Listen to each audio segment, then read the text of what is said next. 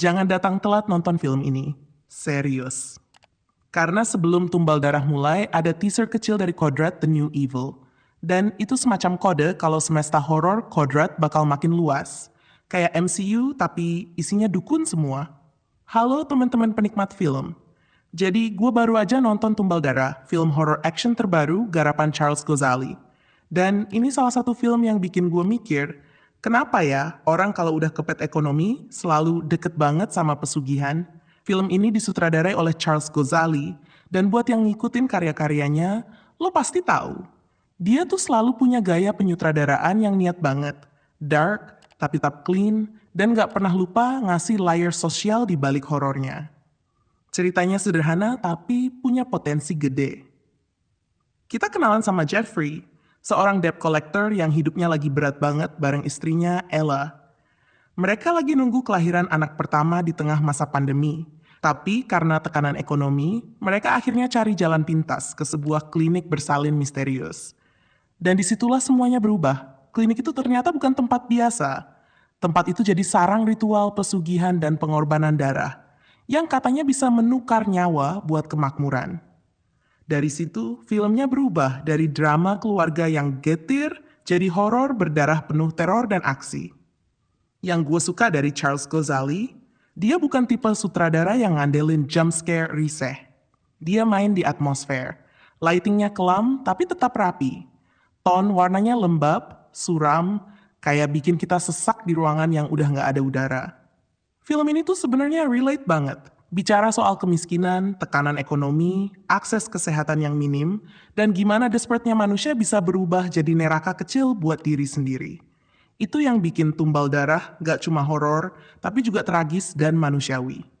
Dan satu hal yang fresh banget, film ini pakai aksen Kupang Ambon. Gua ngakak waktu ada adegan Jeffrey teriak, "Hey Pukimai, di mana sapunya istri Lucu tapi tetap intens, ngasih warna baru di tengah horor lokal yang seringnya didominasi budaya Jawa. Dari segi acting, Martino Layo solid banget. Dia benar-benar hidupin karakter Jeffrey, seorang suami yang hancur tapi masih berjuang. Chemistry-nya sama Salum Ratuka juga dapet banget. Mereka tuh meyakinkan banget sebagai pasangan yang saling bergantung di tengah neraka dunia. Sementara Doni Alamsyah seperti biasa, karismatik banget, tiap dia nongol, auranya langsung tegang. Adegan aksinya juga seru. Koreografi pertarungan di babak akhir tuh clean, energik, dan gak lebay. Ciri khas Charles Ghazali banget. Actionnya masih grounded tapi tetap sinematik. CGI dan efeknya sih, ya masih agak kasar di beberapa bagian, terutama api dan beberapa momen gore yang terasa belum halus. Tapi buat ukuran film horor lokal, ini udah termasuk niat banget. Dan ngomongin makhluknya, duo iblis kembar bermata tiga itu keren banget desainnya. Unik, creepy, dan pas pertama kali nongol, bener-bener bikin bulu kuduk berdiri. Sayangnya, makin ke tengah, efek seremnya agak turun karena penampakannya mulai terlalu sering. Nah, yang agak sayang, film ini punya pacing yang gak stabil. Dari awal sampai pertengahan, tensinya dibangun rapi banget. Tapi begitu masuk ke babak 3, ceritanya kayak ngebut tanpa arah. Beberapa transisi lompat-lompat dan konflik yang udah dibangun dari awal gak dikasih payoff yang sepadan. Klinik pesugihan yang jadi pusat cerita juga sayangnya kurang dieksplor. Padahal itu bisa banget jadi fondasi kuat buat bangun misterinya. Jadi walau idenya keren, hasil akhirnya masih kayak setengah matang. Sayang banget, karena sebenarnya fondasinya udah kuat. Pesugihan, kemiskinan, tekanan hidup semua ada. Tapi kurang dieksplor. Bahkan si setan kembar bermata tiga yang desainnya niat banget di awal, makin ke belakang malah kayak nongol cuma numpang lewat. Secara teknis, film ini nggak jelek. Sinematografinya mantap. Lighting kliniknya tuh bener-bener bikin perasaan sesek. Ada rasa pengap yang kuat banget. Tapi CGI-nya masih agak kasar, terutama pas adegan api dan gore. Walau gitu adegan actionnya, terutama waktu Doni Alamsyah muncul. Keren sih. Koreografinya rapi banget, gak lebay, dan tetap grounded. Ada satu adegan waktu Jeffrey di kamar mayat perempuan yang baru mati, itu creepy banget. Simple tapi efektif. Nah, horor kayak gitu yang gue suka. Bukan yang tiba-tiba suara pintu trak, terus semua orang jerit. Cuma ya itu, bagian akhirnya agak kejar tayang. Dan beberapa momen emosional yang seharusnya bisa bikin gue nyesek, malah lewat gitu aja. Yang menarik, Tumbal Darah ini bukan sekadar film tentang setan atau darah. Ini film tentang pilihan, tentang manusia yang terjepit dan akhirnya ngambil jalan yang gak seharusnya, demi bertahan hidup. Kadang keputusasaan bisa jadi iblis paling nyata.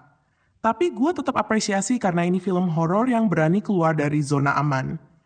Gak cuma nakut-nakutin, tapi juga ngajak kita mikir, seberapa jauh manusia mau berkorban demi bertahan hidup. Pada akhirnya, Tumbal Darah bukan film horor terbaik dari Charles Ghazali, tapi jelas bukan film yang jelek juga. Ini film yang niat banget, baik secara teknis maupun tematik. Horornya lumayan, aksinya seru, dramanya kuat, dan pesannya nyentil banget tentang keputusasaan manusia dan dosa sosial di tengah kemiskinan. Film ini nunjukin kalau setan paling menakutkan bukan yang bermata tiga, tapi manusia yang rela berkorban cuma buat dapat sedikit harapan. Kalau lo nonton buat cari teriakan, mungkin rasanya biasa aja. Tapi kalau lo nonton buat nyari makna tentang ketakutan yang tumbuh dari realitas hidup, film ini akan terasa jauh lebih dalam dari sekadar pesugihan dan darah. Dan satu hal yang bikin gue mikir setelah nonton, kadang tumbal yang paling mengerikan bukan yang dikorbankan, tapi yang tega menumbalkan. Jadi gimana menurut kalian? Apakah Tumbal Darah cukup menegangkan buat kalian? Atau malah kalian ngerasa ini cuma drama keluarga yang kebanyakan darah? Tulis di kolom komentar. Dan jangan lupa, kalau suka vibe kayak gini, klik like, subscribe, dan nyalain loncengnya biar nggak ketinggalan bahasan film seru lainnya. Sampai jumpa di video berikutnya. Dan ingat, kalau suatu hari lo ditawarin jalan pintas, pastikan bukan lewat klinik bersalin misterius. Bye-bye!